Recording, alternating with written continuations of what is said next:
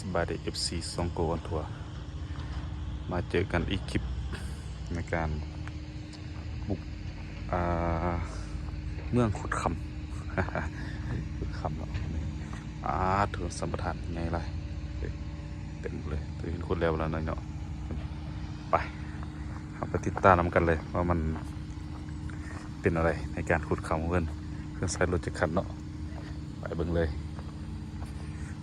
ถือว่าใหญ่สมควรอยู่นี่อลังการเรียกว่าการคำที่ว่าเป็นธุรกิจหนึ่งของเมืองเมียนเลยเนาะเมืองเมียนที่ว่าอันดับหนึ่งเลยการคำ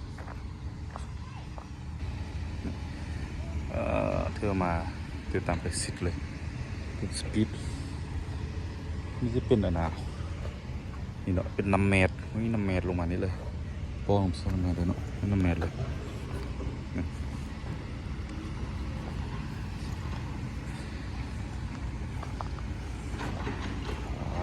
การเขียน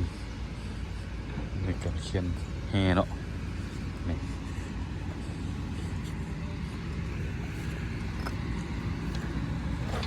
แบบนี้เขียนเจอเขียนเป็นเอาคนเอาแห่เก็บล้างตะแกรงถือว่าขุดลงลึกสมควรเนาะด่านคือว่าลงไปหอดด่านหินเลยตัวก็แม่เนาะแต่มันจูเดียวกันเลยการคนแห่มาเพิ่มตะกะเตงตัวนี้คือว่าตะแกรงหนึ่งหลังเนาะขุดลึกโอ้อยู่ประมาณ18 เมตรเนาะลงไปรถสมควรเลยใส่รถอยู่2 4 6 8 คันเนาะเดี๋ยวนี้อยู่จุดนี้เขา8 คันเลยลำบึกนิดเดียวอยู่ประมาณ20 ชั่วโมงตัววันเนาะคือว่าทั้งเวททั้งคืนเลยบุยพักอยู่4 ชั่วโมงก็ขึ้นมือนึงมี24 ชั่วโมงเรียก20 ชั่วโมงคือว่าสมควรเนาะนี่เลยโอ้ย้อนเส้นนิดนึงเลย14ทึกทรงตะเวนคอยลงช่วงประมาณ5 โมงส่วนนี่ไปคำลงมาเป็นทงนาเนาะเป็นทงนาของประชาชนเพื่อสัมปทานเฮ็ดแล้วก็มีความรับผิดชอบคือว่าเฮ็ดแล้วปุ๊บเราต้องได้กบลงคือเก่าได้กบลงไป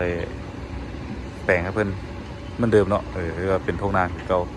คือว่าเบิดตัวนี้สัญญาณไปเป็นตาม่วน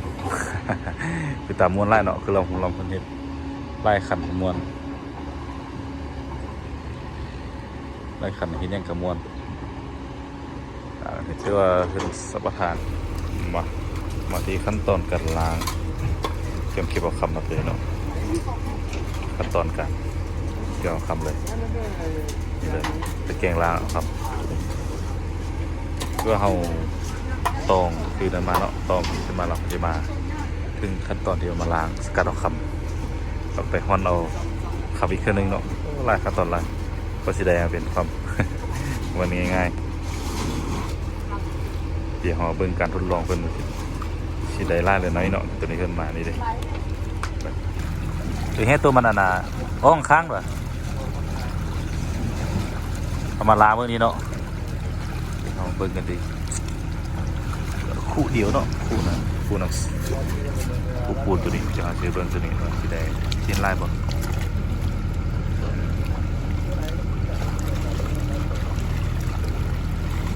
ก็มีเทคนิคเนาะในการแปลง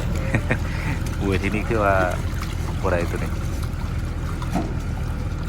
มวยนี่คำให้บัดวัดคำนี่เป็นโลหะที่หนักเนาะแล้วก็ขี้ทราย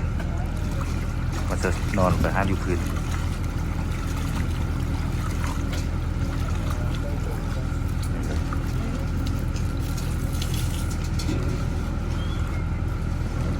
มันรุนน้ำขัดในลาย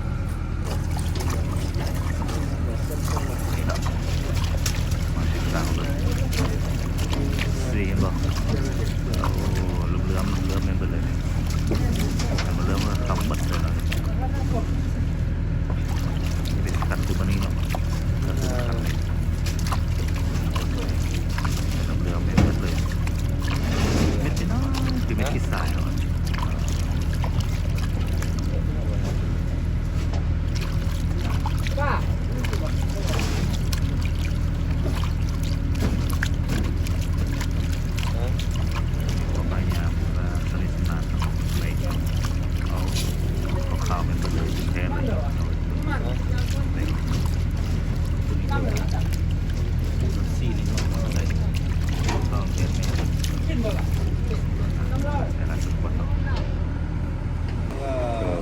กี้นี้ว่าบรุษบาทหนึงแล้วเนาะบ้านนี้มันสิมาเบิ่งก็ตัวกระเตงใหญ่สุกพอจะได้เท่าไหร่มาลุ้นกันปุ๊บจะซีหนึงเท่าใดก็พอบาทหนึงที่ว่าบรุษขี่พอดีแต่บ้านหนึงประมาณนั้นนะครับเวลาเขาสุกก่อน